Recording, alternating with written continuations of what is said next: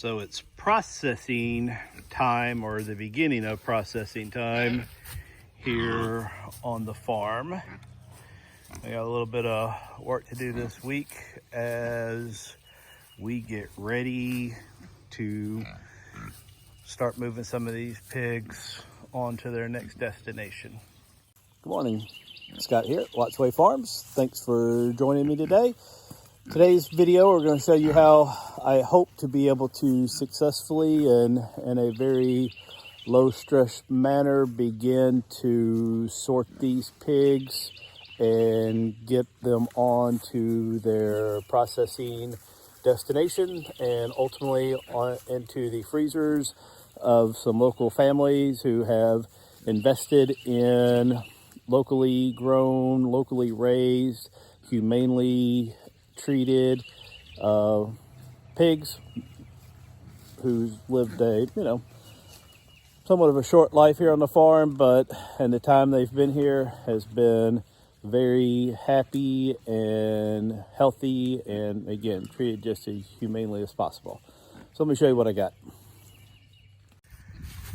All in total in this paddock, there's 20 pigs right now, and the plan for the month of April is 10 of these will be leaving the farm, headed on to freezer camp. I actually have arrangements with 3 different processors, and 10 of these will be going to them. 2 of them are going to my local custom processor here on Saturday. Then I got about a week and a half break, and then 5 will be going to a USDA processor about 2 hours from here.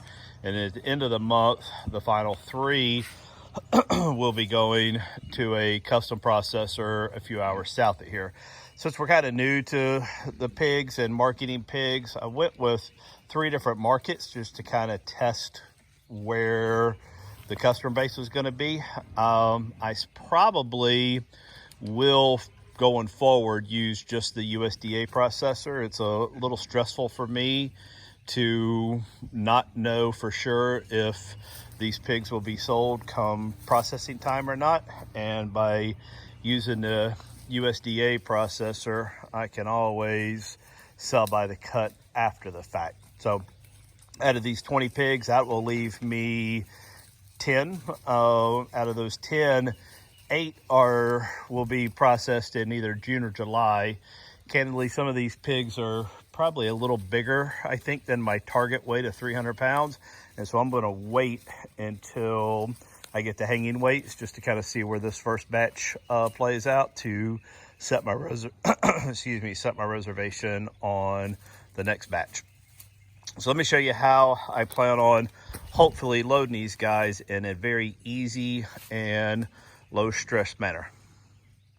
So this is a corral of sorts that goes from over here where the pigs are at now into the main pig pen where they were last December when I initially got them. The plan is I didn't fill their feeder up with 1,200 pounds of feed this weekend like I normally do, and you can hear the kind of the beating of the flap on the barrel as they're trying to dig in. There's still a good bit more in there than I actually expected, but I'm hoping by this evening they will have eaten that out and be sufficiently hungry. So then the hope is to open this gate and lure at least 2 of the big ones that are slated for processing this month. I mean, remember I got some that go this month and the ones in July. I'm not interested in the ones in July right now. Into this area, then close that gate off. I can fill the feeder back up and they can go back to business as normal. And then those 2 that hopefully I sort off will then find their way back into the main pig pen where they will spend their last week on the farm. And let me show you how I plan on getting them on the trailer. This is the other end of this same pen where we just were, and here is my stock trailer backed right up to the gate. I used a little spool of line of poly and ran it back and forth a few times to connect to the high tensile hot vents to close that off. And then what I did was I've built this little ramp, pretty crudely built, but I think serves the purpose, into the back of my trailer. And I've also built a little makeshift, just little tire feeder. So the thought is, once they get these guys into this pen, they're not going to be given all the feed they can eat. They'll be fed every morning or every afternoon, probably is what I'd like to get to. And over the course of this week, we'll get them used to eating in there. So then the day before, because the processor asked that we don't feed them for 24 hours before coming to the processor, we'll just put them in there, shut this gate up on them, and then shut them up, and issue solved. Now, if for some reason my plan to sort 2 off doesn't work and I end up with more, I can still do the same thing, because and just feed them all in here. And then my trailer does have a cut gate in it, so then it should be a little bit easier just to sort to the 2 that I want. I've also got a side escape door, and so getting in and out shouldn't be an issue. Now, we'll probably cover this with hay, just to make it look a little more natural, cover the ramp with hay, and also because I know there'll be some pooping and whatnot going on in there to make it a little easier to clean out after the fact. So let's see how well this works this evening. I've got the hay covering the ramp now, trying to make it look as natural as possible, and put a good bit of hay down in the actual base of the trailer as well. The only thing left is to put the food in here, which I'm gonna wait until I get the piggies in here this evening, and hopefully this will go as easy as many of my fellow YouTubers seem to make it on their videos. I mean, that looks pretty natural to me. Now, I did go ahead and see if I can zoom in. You see a few of them starting to meander around. I went ahead and put screws in those lids because there was a little bit more food in there left than I wanted, and I kind of need them to be hungry this evening. I need them to be hungry this evening when I move them. These pigs really have never been hungry. They've had all the food they could eat for the last 8 months, but I think they're going to move a little bit easier if they've got a little bit of hunger in them to motivate them. We shall see.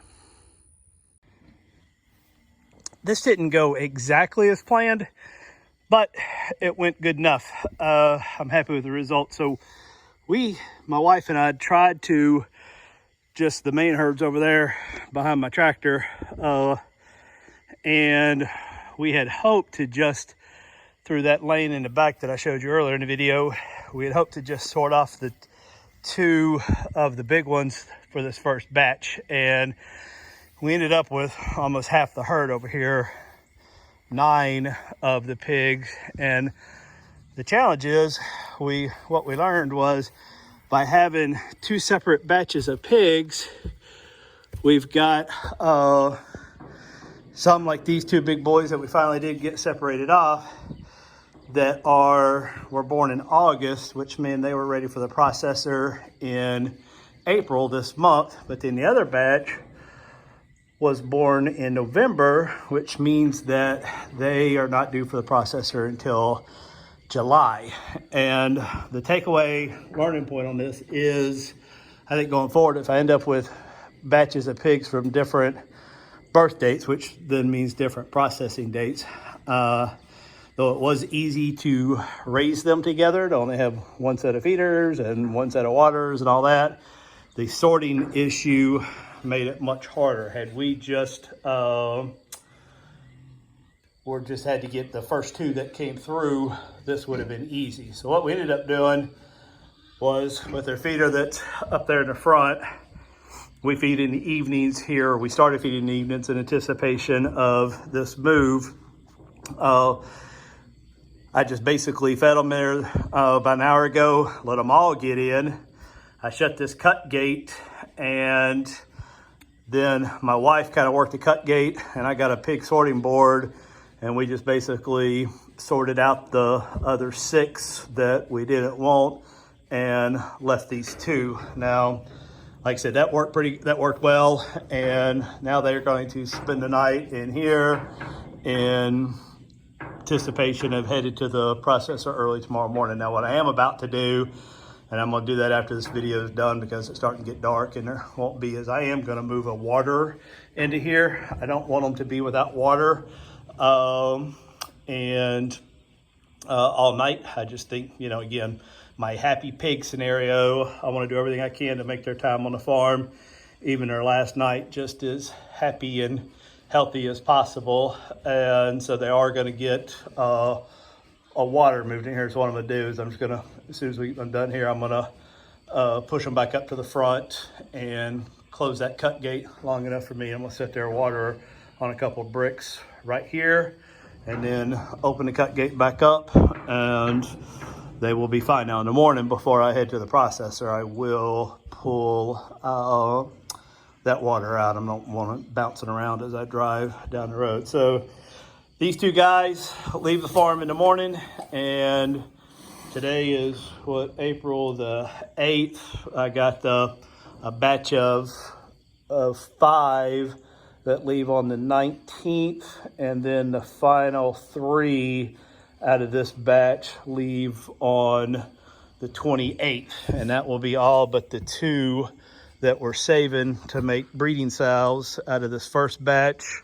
And then the next batch goes in July. Now there is a chance, based on if these guys, and I have no idea, maybe if you got a guess, put it in the comments on what they weigh, but they honestly look bigger than my 300-pound target weight. So if they turn out to be bigger than that or have excess fat, which I don't think they're going to, but if they do, then I may shorten the next batch by a month and try to see if I can get reservations in June versus July for them. So anyway, so thanks for joining in. Thanks for following along. Feel free to subscribe if you like this. I'm enjoying making these videos. I'm up over 100 subscribers now. So everybody that's done that, thank you very much. And keep tuning in. We'll show more. And here's the quick glimpse of one of the stars of future videos. This is Mr. Zach Young, Watsway Farm, Esquire. Say hi, Zach. Hi. Yes, so that's one of the 3 little ones. I do want to start showing them a little bit more in our videos. I've been kind of shy to do that to date, but I do want to start including them. So thanks for joining in, and hope to see you back here soon.